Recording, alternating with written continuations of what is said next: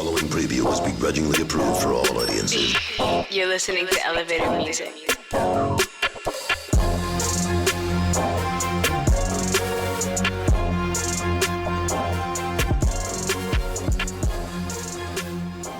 Welcome to Forward Thinking, presented by the Professional Collegiate League. I'm Ricky Vellante, and I'm going to be joined by my co-host David West, and also special guest co-host Wendell Haskins shortly. As usual, we're going to be welcoming guests, challenging the status quo, doing social good, and bringing about positive change to the world, while also talking a little bit of sports. In this episode, we have two special guests. First, we'll be joined by Senator Chris Murphy of Connecticut. With Senator Murphy, we're going to jump into college sports reform and how federal legislation may play a role. Then we'll be joined by actor, singer, activist, entrepreneur, Malik Yoba. With Malik, Wendell and I are going to talk with him about his career, his many talents, his experiences on projects such as Cool Runnings, New York Undercover, Gotham, Empire, and more, and also his latest documentary, which he directed and produced. If you haven't already, be sure to like and subscribe Forward Thinking on your favorite podcast platform and the PCL YouTube channel. You can also get more information at thepcleague.com/forwardthinking.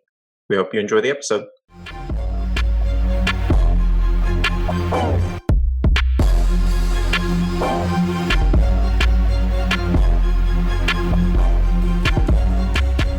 Welcome back to Forward Thinking. I'm Ricky Vellante, joined by my co-host, David West. We have with us another special guest today, representing the state of Connecticut, Senator Chris Murphy. Senator Murphy, thanks for joining us. Yeah, awesome to be with you guys. Thanks for having me. So we usually like to just let our guests give a little bit of an introduction and background on themselves. It doesn't have to be within sports. So looking forward to it. So I have the pleasure right now of representing Connecticut in the United States Senate, serving my second term. I'm talking to you right now from Washington, D.C. I go back and forth to the state. I didn't make it terribly far in my athletic endeavors. I was a basketball player and tennis player in high school, tried to play collegiate tennis and did not succeed. The one sport that I've actually kept up, which has been fantastic, is baseball. I stopped playing baseball when I was probably around 8th grade, but it's sort of my favorite sport to follow. And there's a congressional baseball game every year for charity, not softball, like real baseball. And we practice for about 2 or 3 months beforehand. It's pretty much just as an excuse to get out there in the morning at 6:30, 7 a.m. and play ball. And so I've done that for the last 15 years, which has been awesome. I'm the catcher on the Democratic team, only because I'm the only Democrat in Congress that is still young enough to squat down and still be able to get back up again. But so that's the extent of my athletic endeavors these days. And I pay a lot of attention to the policy around sports because I'm a sports fan and I'm somebody that I think can talk about these issues from the perspective of understanding what it's like to play a little bit of it and also to be a big fan. So speaking of legislation around sports, what was the first sort of draw for you to thinking critically about legislation being a way to reform college sports in particular?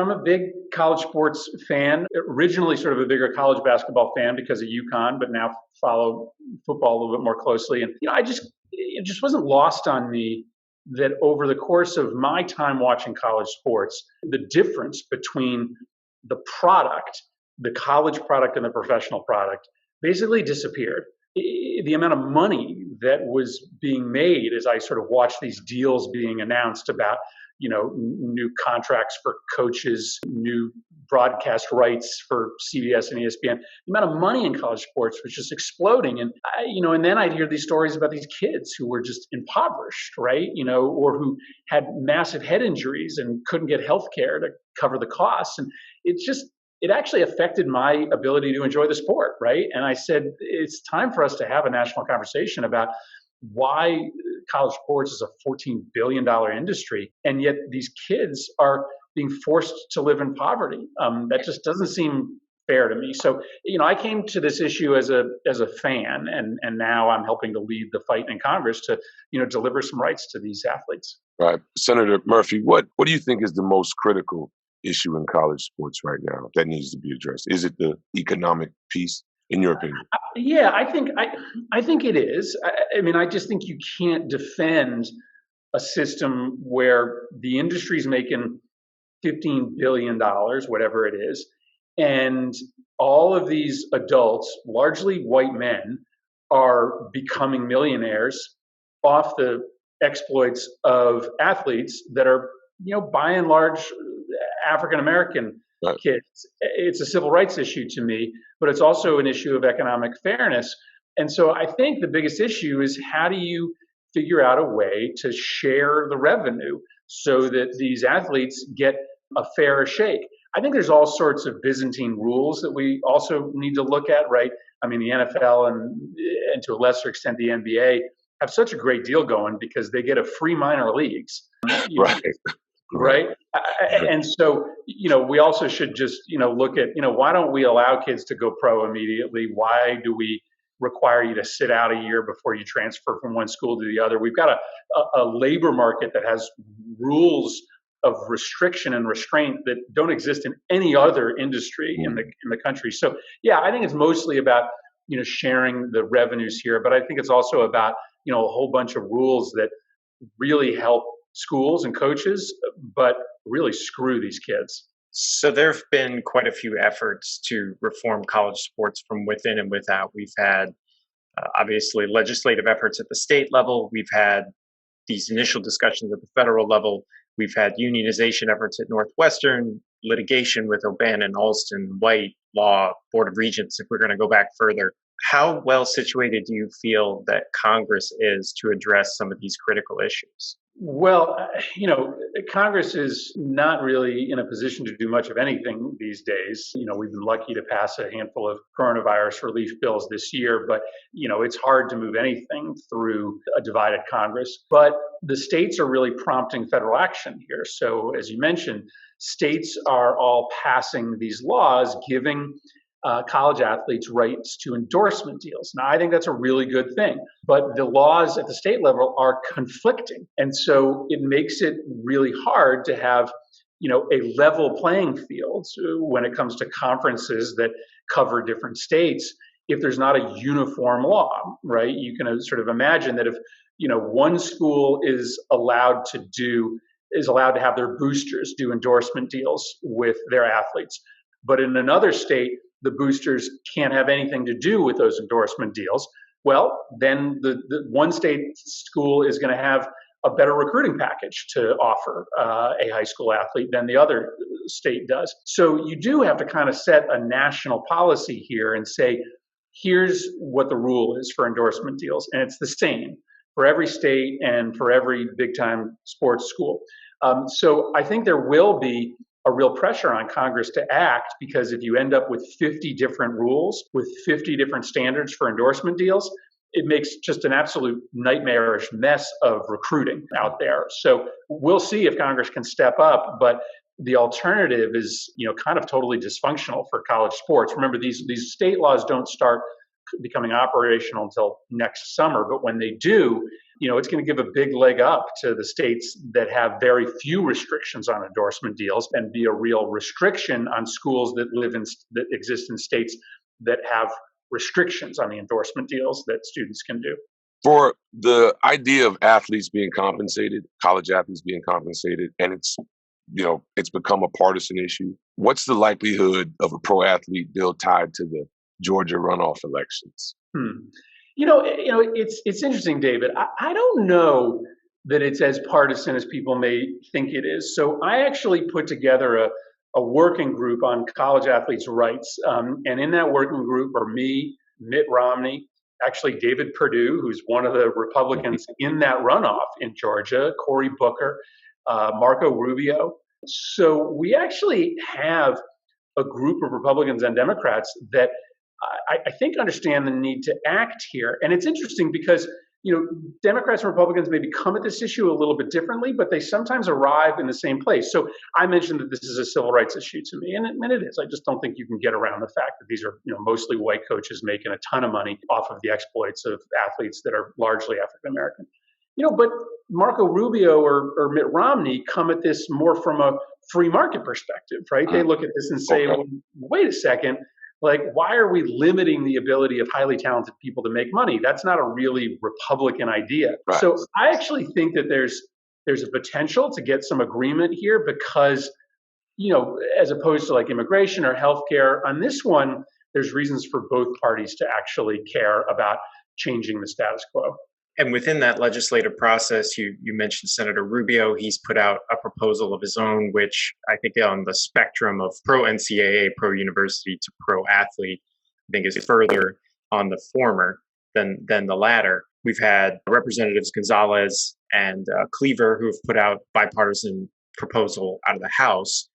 For our audience, how does that legislative process work? I mean, we've had the Senate committee hearings around this issue. There's multiple different proposals. How's the sausage made, so to speak? Yeah, well, I mean, let's also understand what we're talking about and what we're not talking about. So what we're talking about are allowing student athletes to do endorsement deals. And then what are the restrictions on the kind of endorsement deals they can do? So I'm somebody that, if it was up to me, wouldn't put many restrictions at all on the endorsement deals that students can do. I mean, I just think that, these are essentially professional athletes, at least those that are playing in the Power 5 schools. And if they can make money off of their exploits, doing a deal to promote a company or to sell paraphernalia, they should be able to do that. But the NCAA would like to put a lot of restrictions on those deals. For instance, one of the things the NCAA would like to say is you can't go out and make any money as a student off of jerseys, right? Because the jersey has the college name on it, and that's not yours, right? Well, what I'd say is that let the student athlete or the association representing the students and the colleges talk about that, because maybe they could come to an agreement, and you could sell jerseys with the, an athlete's name on it, and the athlete could get a little bit of money, and the school could get a little bit of money. So I'd rather see us put less restrictions. Senator Rubio's bill sort of puts all of that in the hands of the NCAA. Basically says the NCAA can come up with whatever rules it wants, whatever restrictions it wants. And the end result of that, I think, would be that the student athlete would almost get no rights, because the NCAA would say, you can do this, but everything else you can't do. Right. It's also important to know that we're also only talking about endorsement deals. And, it's probably a really limited number of college athletes that are going to be able to make money off of endorsement deals. So Trevor Lawrence would be able to make a mint, but his offensive line, probably there's not a lot of people who know who they are, and thus their name probably isn't as valuable. So I also think that we have to understand that, this is only solving a small piece of the problem. And I don't actually think we've done a lot if the quarterbacks and the point guards, are able to make money, but everybody else isn't. Yeah, that's Yeah. And circling back to the state NIL bill issue, the NCAA has stated its intention to challenge almost any state that puts forth statewide legislation in the NIL or more expansive rights space. I think that with the NCAA v. Miller case decided out of the Ninth Circuit in the early 90s, they have, obviously that's only going to be informative in the other circuits, but I think they've got a fairly strong case that potentially some of these laws will get struck down under the Commerce Clause. So from that standpoint, do you feel like July 2021 is an actual firm deadline as far as the Florida bill, which as of this moment is the first one that's supposed to go into effect? Yeah, I think it's a good question. I don't know. So I don't know how these court cases are going to go. But ultimately, I think there's a dead end for the NCAA here, because I ultimately think the NCAA is likely in violation of antitrust laws. Which is sort of what these early court cases, the O'Bannon case and others, pointed towards, right? And so I think ultimately there's a big legal problem here for the NCAA. They are engaging in the massive restraint of trade by refusing to allow their athletes to be able to make money. But they are also engaging in a massive restraint of trade because they're colluding amongst themselves to limit the ability of these kids to make money. For instance, again, the NFL right essentially, doesn't allow you to play for them unless you have gone through 2 or 3 years of college. There's no other industry in which you can't make money unless you do it for free first, right? For 2 or 3 years, right? Only in athletics do we say, hey, no matter if you're good enough to be able to make $10 million playing in the NFL, we're not going to let you, because we want you to build your brand up so that you are instantly marketable the day you arrive in the NFL. I think that's illegal. I think that's unconstitutional. I think that's a violation of antitrust laws. And I think eventually courts will find that. So yeah, maybe they're able to strike down a couple of these individual laws, but in the end, I think the NCAA's got a problem. And just piggybacking off what you just said, how important is it for people, for the general public, to hear the clear language, like the language you just used? Like, how important do you think that is in the conversation that we're having? Yeah, I think it is, because I think a lot of sports fans, when you sort of present them with this, they're deeply sympathetic to these players, right? And sometimes when we get caught up in all these acronyms, NIL, folks, Right. get a little confused by it. But when you sort of say, why is a kid forced to play for free? Right. Right? Why is the athlete punished for switching schools? Right. Right? I mean, why don't we guarantee health insurance for everybody that's playing football or basketball at the very least? Like those things, like when you talk about them in really clear terms, a lot of sports fans, will perk up and say, "Oh yeah, that doesn't sound right," right? And so yeah, I think you got to talk about it, pretty plainly. To the extent possible, what can you tell us about your work on the Senate bill? What's the meat and potatoes of it? And will it address things like employment status, workers' comp, the fact that there's no athlete representative body for collegiate athletes, revenue sharing, and then also sort of how things are positioned during this pandemic? So Senator Booker and I and a bunch of others have introduced sort of a framework for what we call a college athlete's Bill of Rights, and inside that, and we're going to introduce this as legislation either later this year or early next year, and that bill will kind of be a comprehensive approach. It'll say, hey, every athlete has to be able to do endorsement deals. The NCAA can't control that right. We will, in that legislation, provide a pathway for revenue sharing for all the other athletes. We'll guarantee health insurance. We'll allow athletes to transfer freely. So that'll be a big bill. I don't know whether a bill that comprehensive can pass, but I think what we're saying is, listen, don't just deal with this narrow issue of endorsement rights. If we're going to legislate on college athletics, let's provide some more rights and more protections to students. So we will introduce that legislation sometime soon. It may not address this question of collective bargaining. We may actually introduce a different piece of legislation because it's a really complicated set of laws that right now make it hard for athletes to bind together and negotiate collectively with the universities or with the conferences. And so we're going to take a little bit more time to make sure that we write that bill correctly. Yeah, and I think you guys are going about it the right way, obviously. If you ask for too little at the beginning, any bill gets whittled down. So I think it's better to make the big ask. So from a legislative perspective, is there anything that keeps you up at night that if it were to find its way into the bill, it would be so anti-athlete that it would kind of stunt the progress you guys are trying to work towards?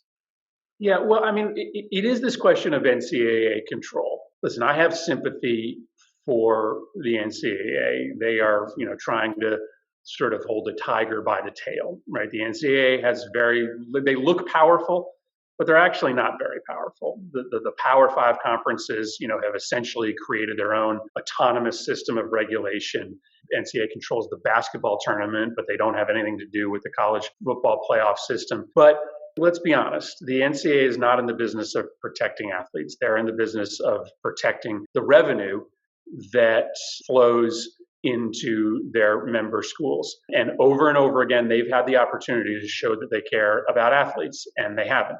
They've refused, for instance, to lead on concussion protocols. Right. There is no enforceable rule in the NCAA today around concussion protocols, and that's because the NCAA sort of hasn't wanted to ruffle people's feathers. So I really do lose sleep at night thinking about a bill that eventually passes Congress that looks like the Rubio bill, that says, hey, yeah, we care about endorsement deals and we want to give athletes more rights to compensation, but NCAA, you go do it.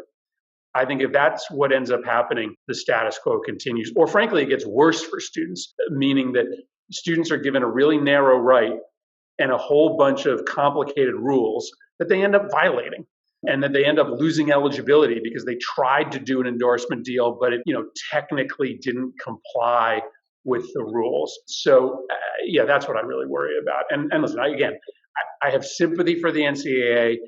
They're not bad people, but they are not in the business of putting students first. They're in the business of putting the profits that end up going into the hands of coaches and athletic directors and schools first. My last question then is, whether or not the NCAA is a necessary stakeholder to the future of college sports? Well, I think it's an open question. 10 years from now, will the NCAA exist? I mean, I wonder whether we should really be thinking about admitting that there is a portion of college athletics that really is a feeder system into the pros, and that they should be treated differently. And the kids who play in that system should be treated differently. They should be given avenues to compensation, not as much compensation as you get as a professional athlete, but some compensation. And then, everybody else that wants to give their student athletes an experience, just decides to play by a different set of rules, right? And, we've had this debate in Connecticut, right? We really, we tried to elevate our football program. We went from, Division I AA up into the Big East. We're now an independent, and I think we're having a conversation in Connecticut, right, as to, whether that was a smart move and what the future of our football program is. And as somebody who had a great athletic experience that didn't look at all professional, it's still really possible to compete, to get something out of it, and to, not have the $100 million practice facility. So I just think maybe we need to sort of think about, the Power Five has a different set of rules. The kids get protected, they get compensated, and then everybody else looks more like actual amateur athletics. And I'm not sure that the NCAA has to be a part of that. That could end up being governed by some other structure. Senator Murphy, I've got one final question that I always like to ask our guests about routines. I believe that, people who have had success in their personal lives and their professional lives are built around routines. So particularly for our young listeners, I'd like to ask this question about what are some of the routines that have helped you over the course of your life, whether it was when you're in high school and college, to make sure you stayed, on this path that you're on, as you continue to take steps, and now you're a 2-term senator, right? Yeah. But what are some of the things that you could share with some younger folks out there about the importance of routines and how you measure your success that way? The best piece of advice I got about routines, especially as a kid sort of entering college, was get up and have breakfast every day.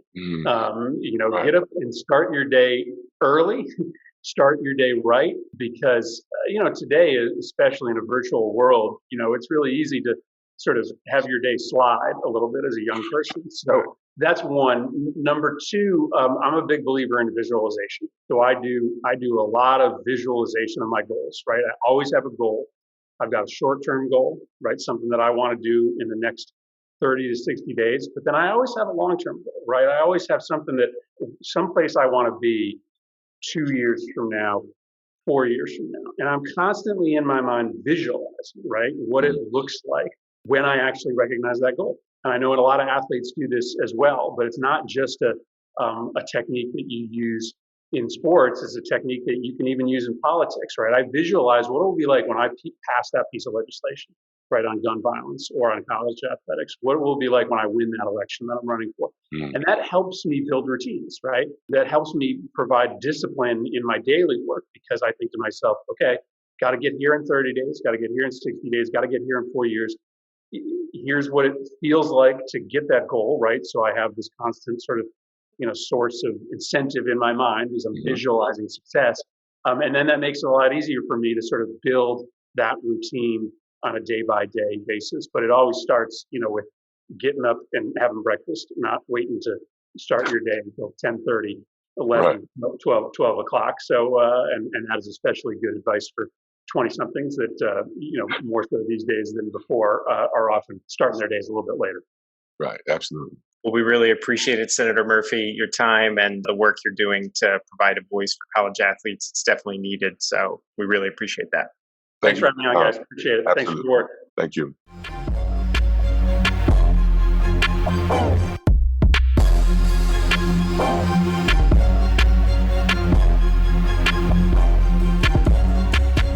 Welcome back to Forward Thinking. I'm Ricky Vellante, and I'm joined by our guest co-host, CMO of the PCL, Wendell Haskins. And we have with us yet another special guest, actor and singer, Malik Yoba. Malik, thanks for joining us today. That's a limited introduction, bro. We're gonna let you tell it, Malik. This is my modest, humble friend, Malik Yoba. So give us one of the things we do is ask our guests to give us a little bit about their background. So we're going to let you do the honors, my brother. Tell us a little bit about your history. That's too much pressure, bro. Just start asking questions before I run off at the mouth. Share with us about your background in the Bronx and, and how you started and got your opportunity to do what you do and got into acting. Well, I was born in the Bronx, South Bronx to be specific, raised in Harlem. Short story is we're focusing just on the acting side. Got an early exposure to theater. I was 4 years old when I saw Alice in Wonderland. Told my mother I wanted to be part of that magic I saw on stage. She encouraged it. My father did not. We wrote plays in the house and performed them for the neighbors and family and charged them to come see them, which was a bit of a harbinger for what my life will become, not just as an actor, but as a creator, as a writer, as a director, as a producer, and as we like to say now, content creator. So musical theater growing up, and then had an opportunity to audition for many things actually that I never got. Since like 15, I remember auditioning for Fame, didn't get Fame, Fresh Prince, so many early movies and TV shows that I didn't get. And then finally, in 93, I booked the movie Cool Runnings. And that is, actually I booked that movie in 1991, but then the movie was dropped and then it was picked back up a year later in 92, produced in 93, came out in 93. And then that led to everything else I've been doing for the last almost 30 years. Like that short version? Yeah, but tell us about your family, because you come from a very big family. You all were probably like the Wayans family of the Bronx. There's a lot of you all, right? Yeah, 6 of us. Yeah, six kids, and very strict household. Grew up in a Muslim household. My father wanted none of us to have anything to do with the arts, and that's mainly because I think he wasn't able to fulfill his dreams. He was a jazz musician, born with a Jewish-sounding name, Milton Myers. So he came to New York at 15 from Aliquippa, Pennsylvania. There were people like, Darrell Revis is from there, and, Terry Bradshaw, Mike Ditka, they all passed through that small little town right outside of Pittsburgh that produced a lot of football greats. He came to New York to pursue his dream and faced a lot of racism.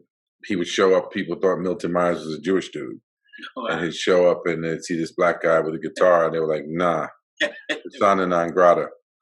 And so he discouraged us from pursuing that. He blamed it on his faith, on Islam. And, he would tell us, Allah doesn't want you to make money off your God-given talent, which to me as a kid sounded like the dumbest thing in the world. Because I'm like, if I could make money doing the thing I love, like, why are you telling me I need to study engineering or get a vocation or something practical so you can have a job that was safe? So, yeah, man. I mean, my mother was the one that encouraged pursuit of the arts. She was the one who would say, well, if you're interested in this, I know somebody. So at one point I was interested in photography and I assisted a photographer. I worked at the Negro Ensemble Company as an usher or selling subscriptions. That's a theater. Denzel came through there, Sam Jackson, Angela Bassett, Phylicia Rashad, people that I got to meet as a kid, just dreaming about doing what they were doing before any of them became movie stars. And in fact, fun little fact, my first agent I signed with because Sam Jackson and Angela Bassett used to be represented by them. And so when I booked Cool Runnings, I actually did it off an open call and I didn't have an agent. And the casting director gave me a short list of agencies to follow up on as potential agents to represent me for my deal. And one of them was a group called Ambrosia Mortimer that represented Sam at the time and Angela. And I signed with them because I had met them when I was a kid. So it's been an interesting journey, just getting to do what I love. But I love many things. That's what I said about the intro. I was going to say, because you're a musician. When did you pick up? Musician, I played guitar. My father was a jazz musician, so I learned to play guitar at home. But I was in bands in middle school, high school, so actually chasing music because I wanted the independence of being an artist versus having to wait on a job as an actor. So I actually resisted the acting path just strictly on the basis of I don't want other people to tell me when I can work. And it was through an open call, like I said, for Cool Runnings that I ended up booking that movie. But, I've always been an entrepreneur. So I had a restaurant, I've had a marketing company, I had a record label, I do real estate development, in the middle of editing a film I just directed around real estate in New York with the goal of really shining a light on the industry that most people don't understand, particularly people of color in poor communities where we see, like Fort Greene, where you used to live, where I live, we know what Fort Greene was like in the 80s when it was, Myrtle Avenue was Murder Avenue and there weren't high rises on Atlantic or Fulton. Then all of a sudden people see their neighborhoods change and don't really understand why. All they feel is like, well, here they come building something I can't afford. And my idea is like, well, who's they? And how do we become they? And so this documentary explores how we can become they, because I think it's important that we're empowered with information to make the right decisions for the spaces that we occupy. When that Ratner group came through Brooklyn, man, that started to change a lot of the dynamics of Brooklyn. And I still have a place over in Clinton Hill. So we know the neighborhood, like you said. When I lived over on Clifton and Classen over there, right across from Lafayette Gardens, it was like right off the corner of the G train. Right. That was like people didn't even want to come and visit you for fear of coming. Exactly. Yeah. And now you go to that neighborhood and it's completely changed. And I was one of those people who was looking to buy in the neighborhood in the 90s when brownstones were $200,000-$300,000, and I'm from the hood, and I was like, nah, I'm from the hood. I mean, I ain't living back in the hood. I was, doing film and TV at the time. I wanted a doorman building. I always loved the Upper West Side. So I bought on the Upper West Side, but I wasn't as steeped into my real estate awareness then. Otherwise, I would have bought a whole bunch of stuff back then, right? I mean, you got in early. You guys bought your place at a good number, and I know what it's worth now. And I'm actually working on a deal on that block right now, a development deal on your old street. And so, yeah, man. And I don't want people to make those mistakes. I want people to be armed with the information to say, how do we have a stake in the communities that we live in and stop feeling like we're just displaced because somebody with more money or more access, can do that. And that doesn't have to be the case forever. And I have to attest too, Malik, when I was younger, I didn't really understand the power of real estate. That's really how people build wealth, particularly Black families, and how being able to own property has been the key to family wealth and being able to pass wealth down. And understanding that the federal government for 3 generations made it prohibitive for us to do that. That's right. Started in 1938 with the Federal Housing Administration saying no to loans and mortgages and insurance in communities that were deemed undesirable, really from one dude, this guy named Frederick Babcock, who was essentially the architect for the assessment business.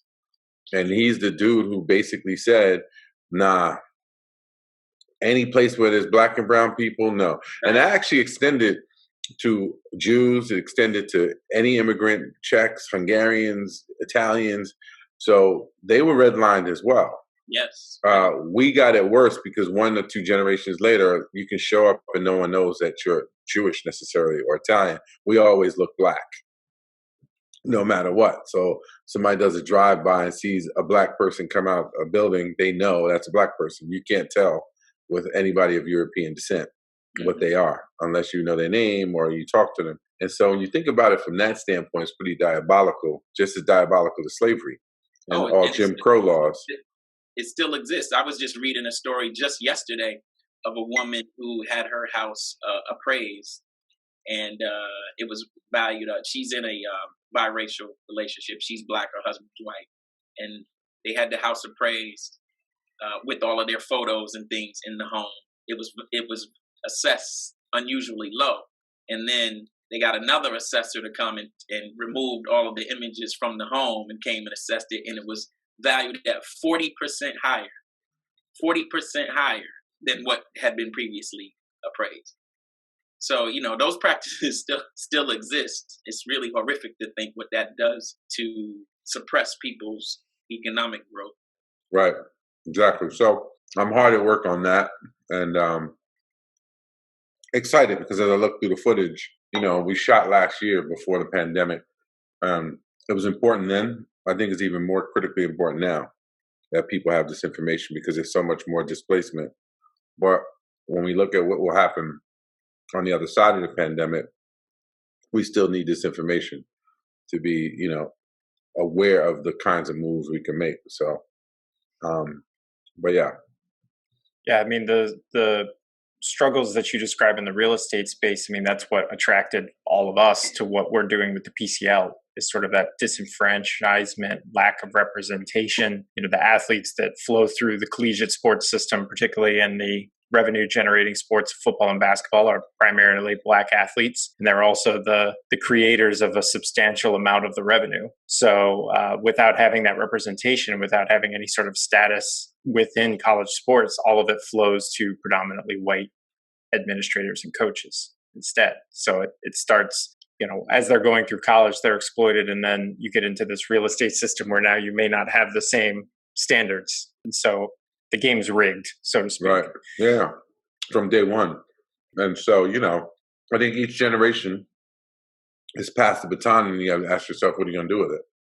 It's social justice, whether it's the criminal justice system, whether it's real estate, whether it's athletics, whether it's entertainment business, whether it's, you know, corporate America, whatever it is. You know, I think it's even more pronounced right now with such a divided country, right? At the end of the day, the fundamental flaw that we've never addressed, and it's crazy because no one ever really talks about this, is that, at least not publicly, at the level they talk about division, right? Or even this whole notion of people being socialists, right? And, you know, with this last election, how many people didn't vote for people on Democratic ticket because they are like, oh no, they're socialists, and how thorough the Republican Party was at being able to, particularly in places like Florida, particularly in places where you have like Cuban immigrants who dealt with socialism, and they just can hear the mention of it and they believe, no, I'm not going to, you know, I'm not going to vote for this person because of socialism. But I think that the missing piece is, part of it is the rugged individualism that America is based on, right? Even MSNBC right now, the tagline says, get yours. Like, which we could look at that in many, many ways, but that really struck me the other day because that's their platform mostly for business news, right? Business or political news. And so if you're just about getting yours, what about everybody else? And I think that mentality of just getting yours permeates policy. If you look at the masks issue as a you know, public health issue, you know, conversation, nah, I'm not, you know, I'm gonna get mine. So you worry about you, I'm gonna worry about me, but who's worrying about all of us? So if you dare to talk about let's worry about all of us, then you're a socialist, as opposed to you're just compassionate. And that's another major theme in this documentary, is compassionate capitalism, because there are people of great means who don't feel that way, in terms of, if I choose to be altruistic, that makes me a socialist. It means that you care about something other than yourself. And I always believe that if you choose to care about things, people, places that you don't necessarily know, you'd be surprised how many people or places would care about you that you don't know, right? So I think this sort of virtuous cycle, a circle, is really what should be promoted, not this idea that, like, if we look out for those that are less fortunate, then that means we're socialists. And so this division around, how dare you talk about taking care of other people, you damn socialists, I'm not going to subscribe to that. That's counterintuitive to everything I believe in. Like, it sounds like the same reason why you guys started this league. Like, we have to care about your neighbor. The Bible says it. All the good books say it. But I think if you look at it from the perspective as a parent, and you have a family, and you have 6 kids, like we grew up, my father didn't make sure only 2 of us ate. He made sure everybody ate. And I think there are basic provisions that should be made, particularly around the ability for people to be educated, and for the ability for people to be healthy.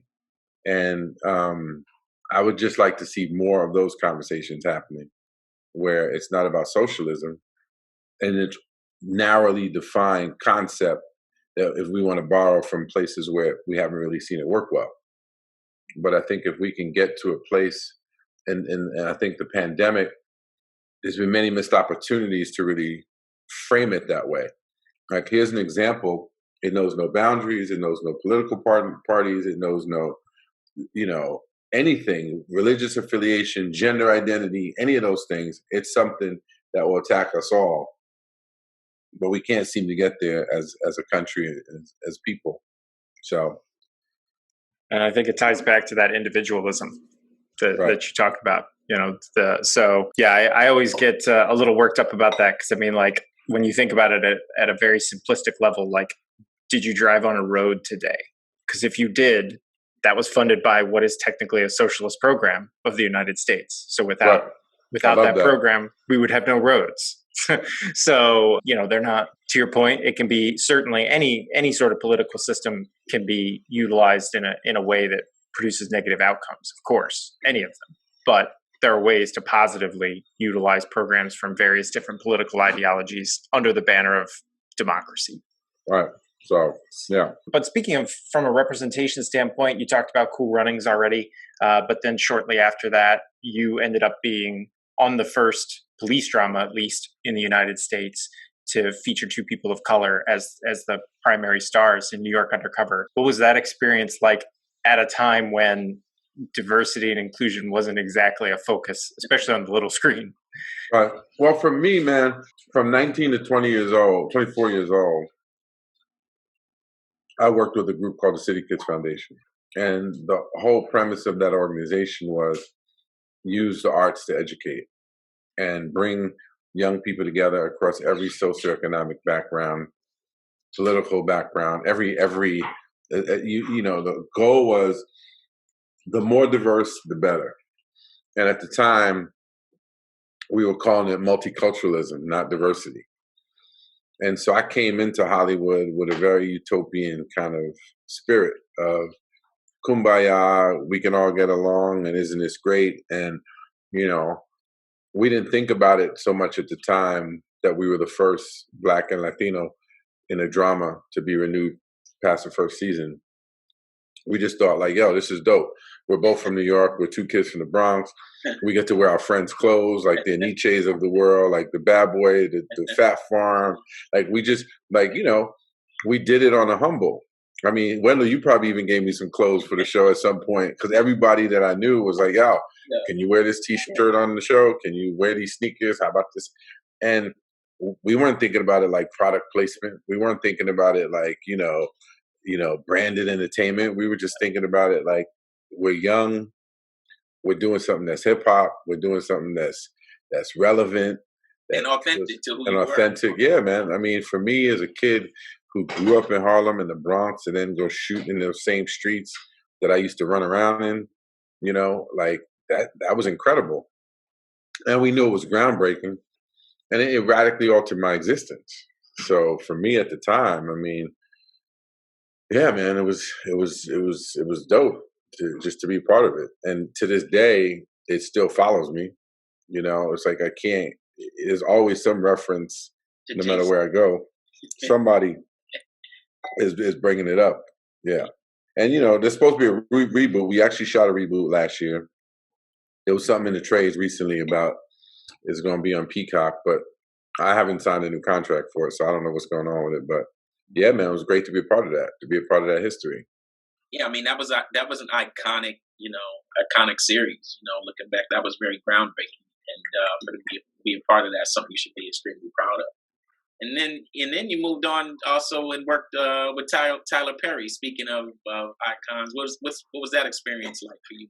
How was your experience with Tyler Perry? Well, I knew Tyler from the play business. Yeah.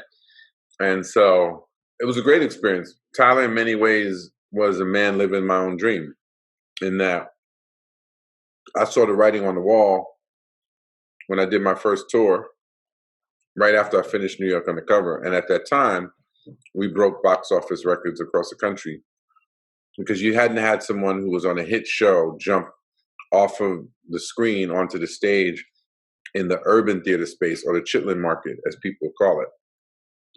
Folks might go to Broadway or off Broadway, but people didn't really regard this theater circuit that was serving Black folks in urban communities and suburban communities and rural communities around the country.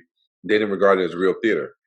And Tyler was in that space for a long time. And he and I had these conversations before his first movie ever came out about, is it possible to work together to really bring that market to another level, similar to what you guys are trying to do with the league, right?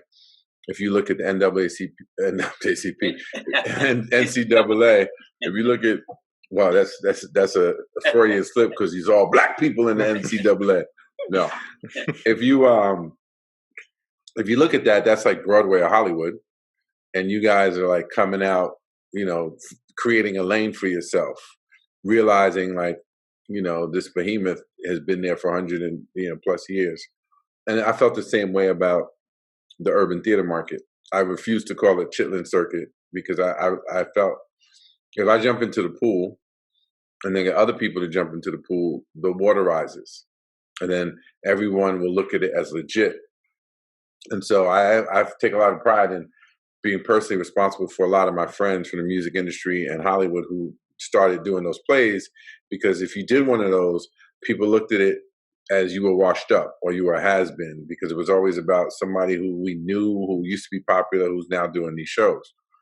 So fast forward to 2007, when I finally did a movie with Tyler, it was great. I knew him. He made it very easy.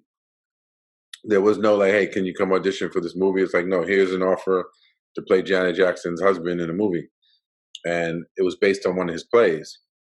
It's something I'm proud of him for. He's been able to do it, but it's something that I spent a lot of time actually working to create a very similar model of being able to take your shows, tour them, you develop your audience, you incubate these shows, you develop them as film or TV properties, and then you can win 2 and 3 times.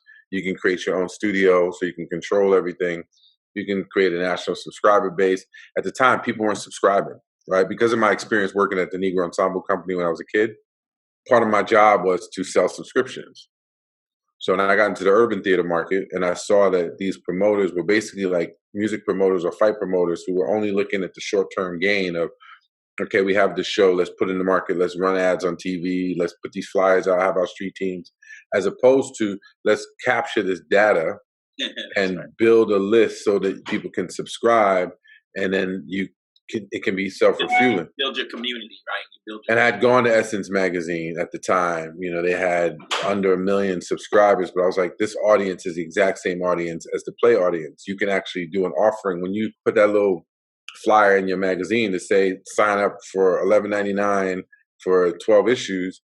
You literally could also add and Essence branded entertainment. You can put these plays out there. I went to Vibe magazine. I went to all these places that already had subscriber bases and say, why don't you add this as another offering of entertainment?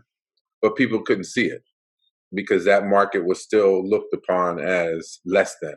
And then when Tyler blew, everyone felt he was a genius. But I'm like, yeah, he was smart because he actually did the simplest thing that was in front of all of us.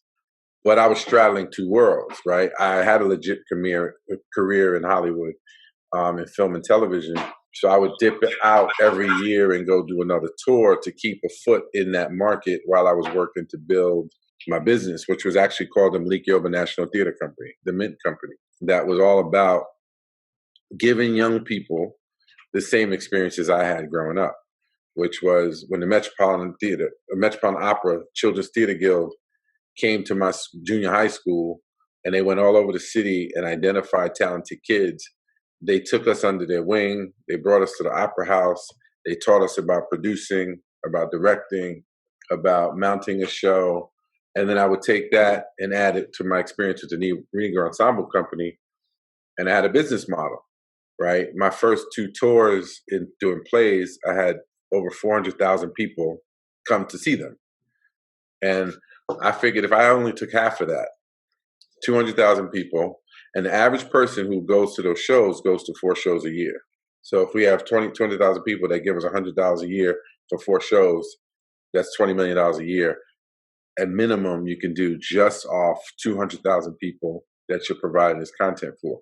Yeah. So that was a business model I was working really hard on. I had a business partner that was trying to hold it down while I was bouncing back and forth between film and television. He didn't understand it was a marathon. We ran into some hiccups. He quit on me, and it was hard to do that. So to do both. So when you ask me how was it working with Tyler, as you can see, it wasn't just about showing up and doing a movie. It was with this awareness that everything he's doing was possible, and he's just been building upon his successes. And you know, I still am plotting and planning my own moves, but you know, it's not quite. You know, it won't be the first to do it because he did it. And unfortunately, then the internet came, and so that market really has kind of dried up because people consume entertainment in many different ways now. But I still believe in the live experience, and I think people will still go to it if it's provided to them in the right way. That Broadway for the Black theater was the beacon. Theater. Exactly. You sell out at the Beacon, you're doing good money. Oh yeah. That's 2,800 seats, right? You can walk out of the Beacon in a week with $1.5 million, $2 million doing a show. People don't know that, right? And you know, it used to cost about $75,000 a week to rent that space. You do the math. It's pretty good business. It was a great business. It was a great business. I had a bunch of crooks in it, but it was a great business. That's in every business. Yeah, most good businesses get some crooks involved. But so you ended up, to go through just a couple of the items on the list, you've been in Arrested Development, you were on Justified, Alphas, Nikita, The Good Wife, Blue Bloods, Designated Survivor, Empire, Gotham. So you've been in a lot of This is a funny story shows. about Gotham. Your tenant and I worked together. I was just telling Ricky the other day. We were talking about guests and Donald. I said, my tenant was on. I said Donald Lowe. He was like, Donald Lowe was your tenant. Yeah, and we talked about you on set. Is that right? Yeah, we did. I hope. I was like, yo, where do you live? He's like, go up the block on Waverly. But I was like, Wendell's crib. I think I put two and two together. When he just told me where it was and what it was, I was like, oh, my man Wendell. You read it? He was like, yeah, what? Yeah. Yeah, that's my slumlord. Yeah. Yes, I was definitely, Wendell was all like sly about it. Do you know Donald Logue? Yeah, I watch television, so I know who he is. But yeah, so throughout all these various roles, you ended up also portraying MLK in Betty Coretta with Angela Bassett. How was that experience, kind of bringing one, representing such a critical historical figure, but then also getting the opportunity to work with Angela? That was great, man. I mean, that was actually a role that when I was offered it, I didn't think I should do it because physically I'm so much bigger than MLK. And I thought they should hire a small actor. But A.B. Kaufman, I believe, was one who was casting that. And she was insisting, like, no. You should do it. Don't worry about it. Like, you can do this. And number one, it was just great to portray someone and do it in a way that, we're so familiar with MLK and his speeches and the way he spoke when he was being an orator. Very few people got to hear him just having conversations with his wife and what that was like. And so that was an honor to work hard to channel him and to even just find footage of him just having a normal conversation so that I can get his voice and his cadence and that kind of thing. And of course, working with Angie was like, I met her when I was 16.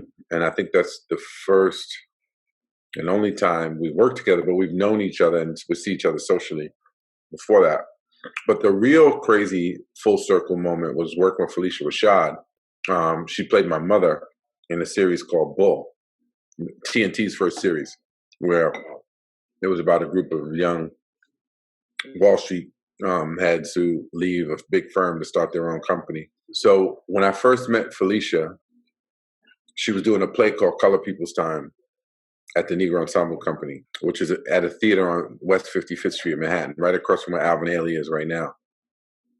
And I remember being a teenager, fascinated by theater and all the magic, and on weekends we would work a matinee and an evening show, And in between the two shows, sometimes the actors would stay in the theater and just rest or take a nap or whatever. So I went to go visit Phylicia's dressing room, and I stood in the doorway, and she's in the mirror and she's doing her makeup, and knock on the door, and I'm just a teenage kid with all these questions and asking her about how do you make it and what do you do and all that stuff.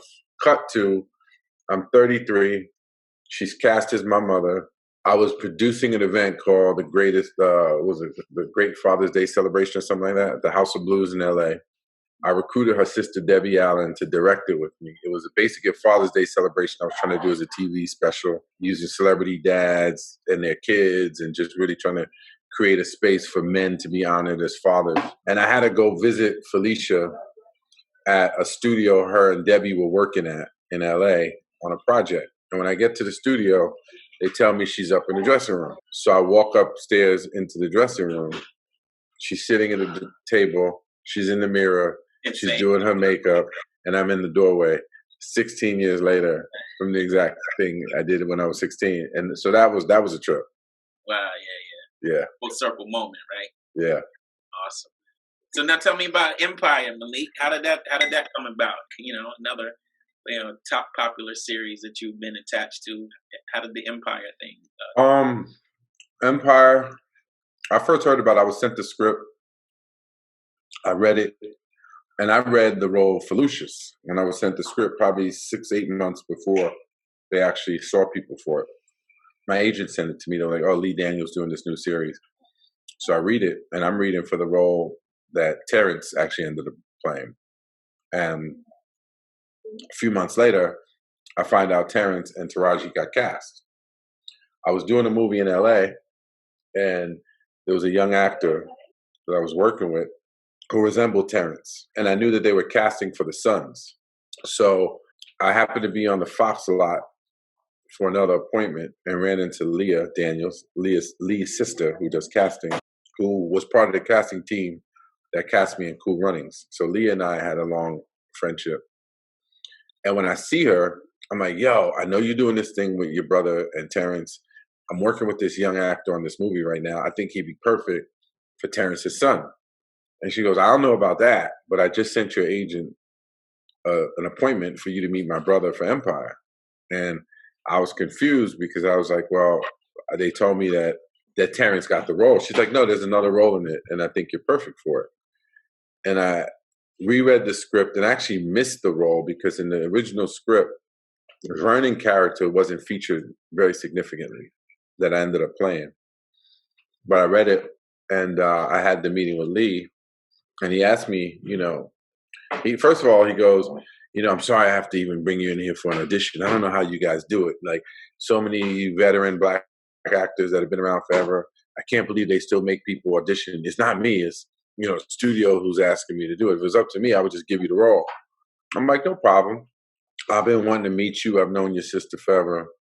I'll come in and I'll do whatever I need to do to have the audition." Because for me, I looked at it like it's like a one night only performance. So you prepare for that, you go do it, and you knock it out.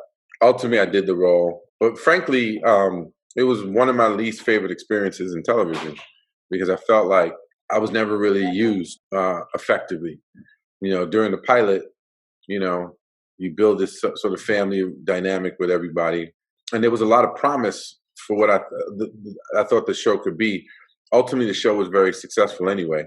But at that time, I think that might have been like maybe my 10th series or something like that as a series regular, 10th or 11th. And a lot of times I'm the only Black dude, like a show like Alphas, a show like Defying Gravity. Even you mentioned Arrested Development, even though I wasn't a series regular on it, oftentimes I'm the only Black face on a show. And given the impact that New York Undercover had, and from a business perspective, you're always trying to build off your last success, right? For greater exposure, opportunity, value, all those things. I often felt that opportunities were missed when producers of the shows didn't see the significance of what my contributions have been to the culture before I got to that moment with them. And it's almost like you're starting over from scratch every time you get on a new show, especially if they have people that they really want to focus on. So in this case, there was, without question, this is a vehicle for Taraji, it's a vehicle for Terrence. The rest of y'all are kind of like sidekicks. I don't have sidekick energy. I don't have sidekick intention unless we're clear that's what it is from the jump. But if you invite me to the party and I'm literally helping you think through what this can be, there were moments on set where, you know, Lee might have had a challenge trying to figure out how to walk 6 people through a hallway and how to shoot it. And because of my experience, at that time, you got to remember, Lee didn't have a whole lot of TV experience. Terrence, Taraji didn't. They had done some series work, but I've done at this point a lot more television than film. Tens of thousands of hours on set. And because I do direct and I am a producer, I'm always thinking about the big picture. And so there were moments where, you know, Lee might be a little like, well, how are we going to do? I'm like, can I give you a suggestion? Yeah, sure. All right, put this person here, you stand here, put the camera here, we'll shoot. Oh, thank you. I'm like, yo, I got 100 more of those if you need them. Doing television is the best film school in the world, because you essentially are shooting a new film every week.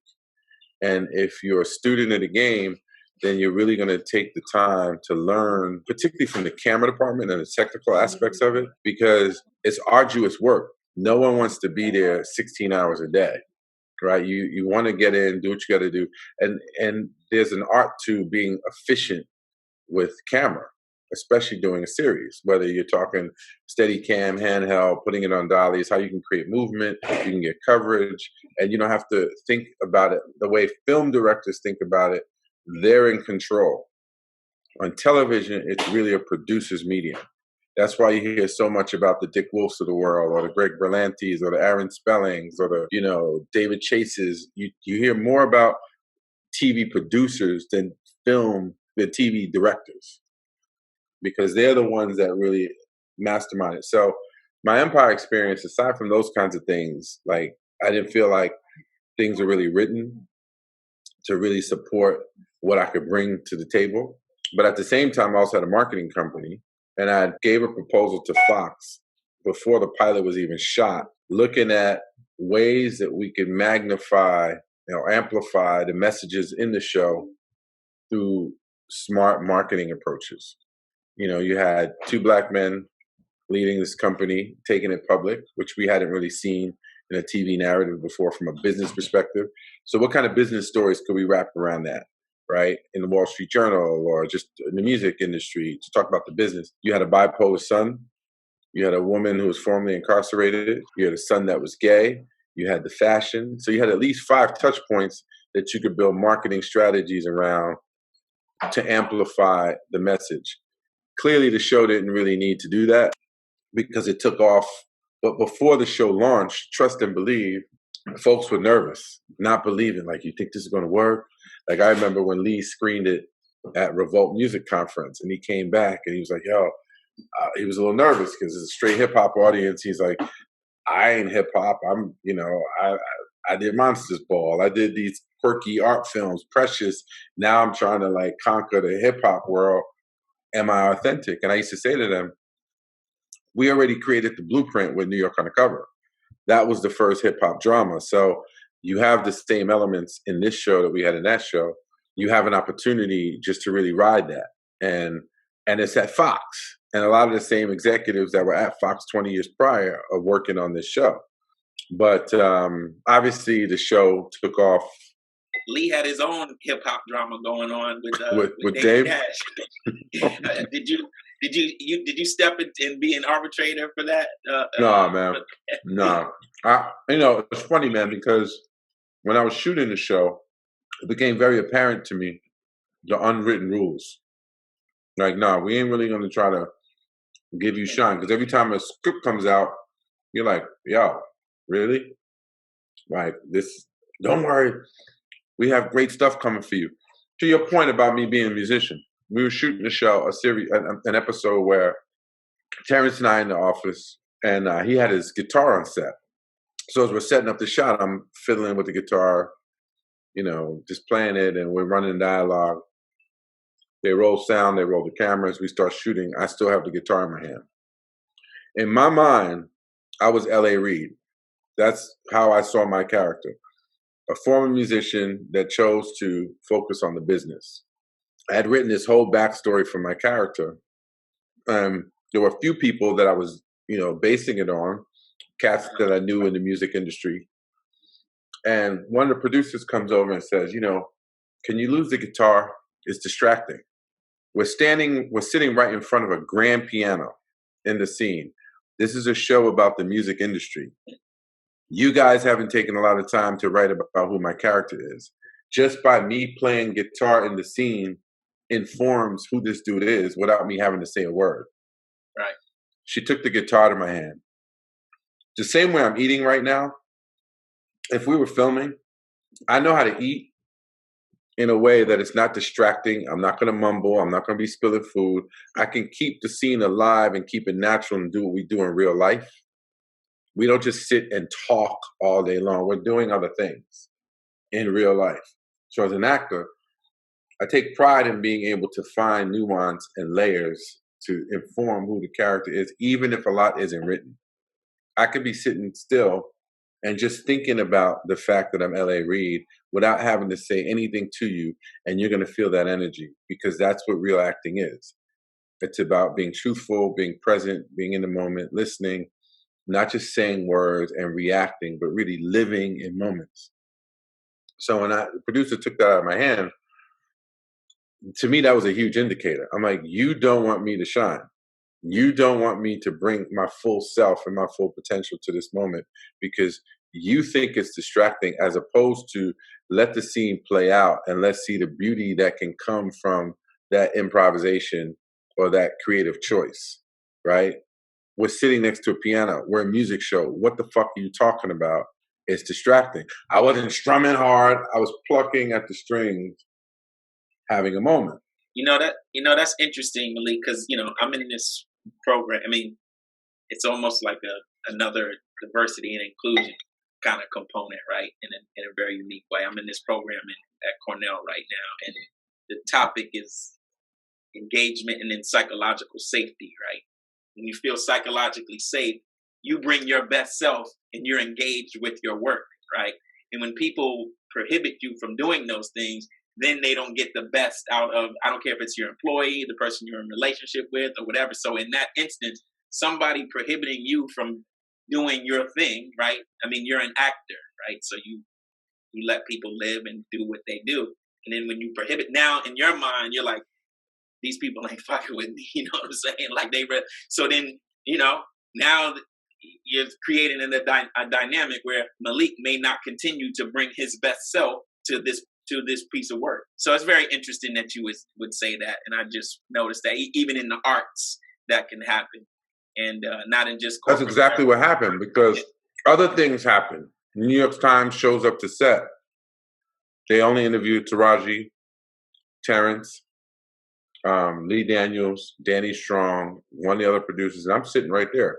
I've never done a show where I'm not doing interviews. I've been in the New York Times. The New York Times claimed me to be one of the 30 artists to change American culture in the next 30 years. When, like, this is, even when I was doing my touring plays that I wrote, the New York Times reviewed it. So why am I not being able to participate in an interview for the New York Times when arguably I'm like, at the time, between Terrence and Taraji, like, I'm a name people know. And that's the other thing about this business, where people will like to tell you what your value is. And if you're not strong of heart and mind, you will believe it. Yeah. I don't care if I'm not in the most current hit, whatever. I've never been driven by, I've got to be in the hottest shit right now. I'm always driven by the purpose. Right. It's like, well, who's going to do a damn documentary about real estate development? Me. Because that's part of the purpose.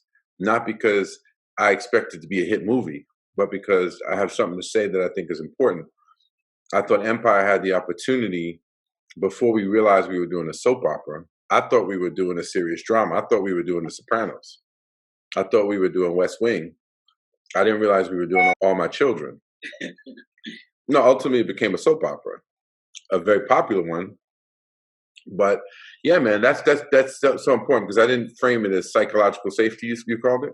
Psychological safety, right? Yeah, man, it was deep. Psychological availability, there's psychological safety. And those things are very important if you want to engage the people that you work with, encouraging them to be themselves and bringing their best self to any project. And then when my character got killed, we did 12 episodes the first season. By episode 10, I stepped to the showrunner and I go, hey, what is this? It looks like something shady you guys have my character doing. Like he's not really in the core group. They're like, oh, don't worry about it. Don't worry about it. By episode 12, Vernon will save the day. Lucius is going to alienate everyone. It's going to be Vernon that saves the day. 2 weeks later, I'm in St. Louis, Missouri. Mike Brown had been killed that year. I was working with the Urban League in St. Louis. By this time, one episode had aired of Empire. The Urban League had a program called Save Our Sons, where they were working to raise money to provide jobs for unemployed and underemployed Black men in the city, directly as a result of the Mike Brown murder. Mm-hmm. I set up a screening of the second episode in the city on my own dime, my own relationships, to raise money for the Urban League. We ended up raising about $6,000 through that screening. While I'm setting that up, a league calls me to basically tell me they're killing my character off. Now, the whole marketing plan that I had put together before we shot the pilot, these types of screenings was part of an overall strategy of community engagement and making it purposeful. So I tell them, yo, do you know where I am right now? And he's like, I know it's not my fault, and this is what they're going to do, and it's higher ups. But meanwhile, everywhere he goes, he'll tell you that this is his show and no decisions get made without him and blah, blah, blah. And I tell him, look, man, it's your show. You can do whatever the hell you want. Y'all aren't really writing much for me anyway. So 2 weeks ago, I was just told my character saves the day. Now you're telling me they're getting killed off.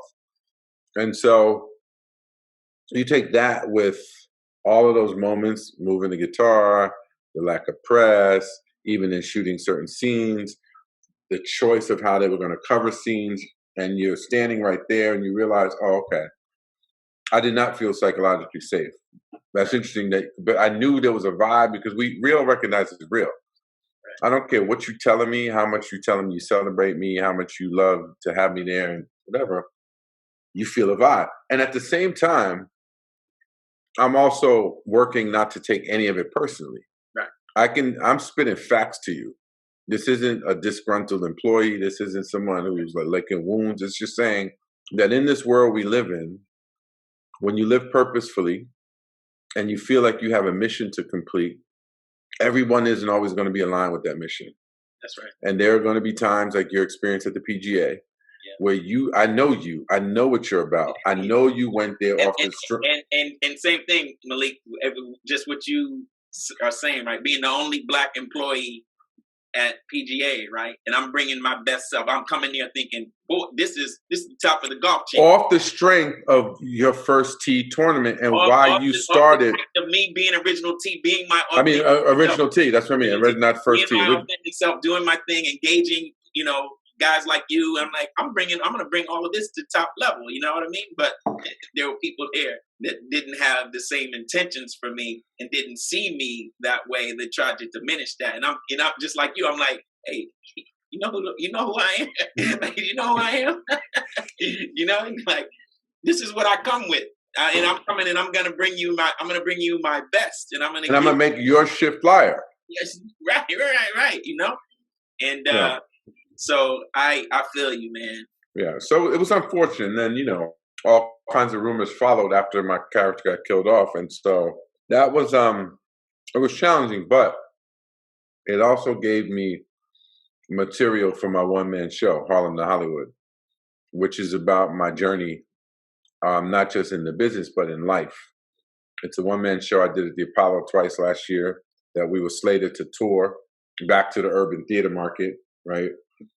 I have the property that I was all set up to tour in 2020, and then COVID hit, so that shut everything down. So now we've pivoted to produce it as something that we can stream, and then when the world opens back up, we can present it as a live show again. But yeah, man, it's this is called forward thinking, correct? Yep. Yeah. Yep. And I think that hopefully these stories resonate with people. They And at the end of the day, we have to remain forward in our thinking, because we are going to get those obstacles. Sometimes they're blatant and overt, and they're like, nah, you can't do that. The most insidious type is when they smile in your face and say, we love you, we support you, but behind your back, there's all kinds of fuckery going on. Dude, I'll bring you up to speed on another time. But absolutely, man. And just like you said with Lee, knowing that was going to happen, right? Your character doesn't get written off, and that happened to you without his. Before that, right? He's like, nothing happens without me. I call all the shots, And meanwhile, he wants to act like that was a surprise to him, and. And you just deal, what you're dealing with, man. And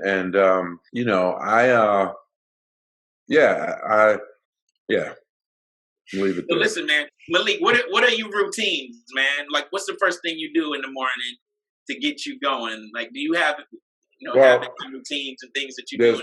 There's pre-COVID routines. So my sleep is completely fucked up. And there was periods, like during lockdown, we had a 3-week bout with insomnia. And at that time, I wasn't even thinking about my documentary. But I spend countless hours working till in the middle of the night. Last night, I actually went to bed at 2, which I was pretty happy with. But that's rare. So I'm still in the gym a few times a week. I'm also in physical therapy. I tore a quad muscle with an electric scooter accident. But my routines prior to that were rooted in my workout. Like, wake up in the morning, 7:30. I hit my spin class. I hit the gym at least 3 or 4 times a week. I'd probably spin at Soul Cycle. I was spinning up to sometimes 5 days a week. Wow. Yeah, like that's like my meditation. That was my cardio. Now that's not happening. So there's not a whole lot of routines. Plus, I did what you did. You married a woman with a couple of kids. Well, my girl's got 4.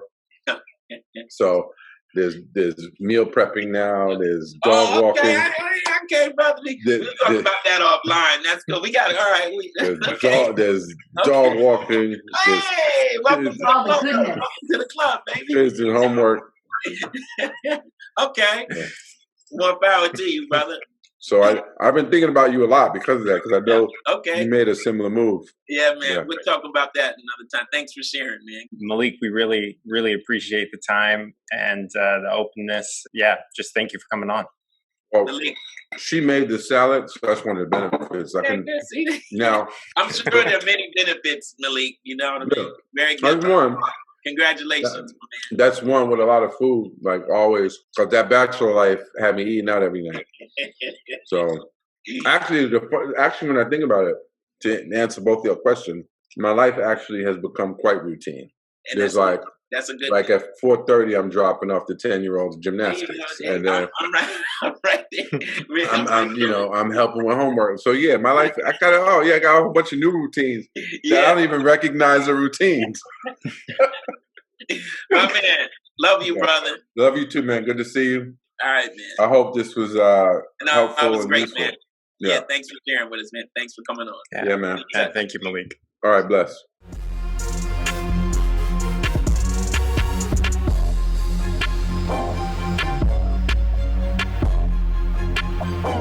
Thank you for listening to the latest episode of Forward Thinking, presented by the Professional Collegiate League, featuring Senator Chris Murphy and Malik Yoba. Forward Thinking is co-hosted by David West, Wendell Haskins in this episode, and Ricky Vellante. It is produced by Wendell Haskins, Rafa Hernandez Brito, and Ricky Vellante, and the music is by David West. If you haven't already, be sure to like and subscribe Forward Thinking on your favorite podcast platform and the PCL YouTube channel. You can also get more information at thepcleague.com/forwardthinking. With the holidays coming up, we'll be taking a week off, but we'll be back soon. And in the meantime, stay safe.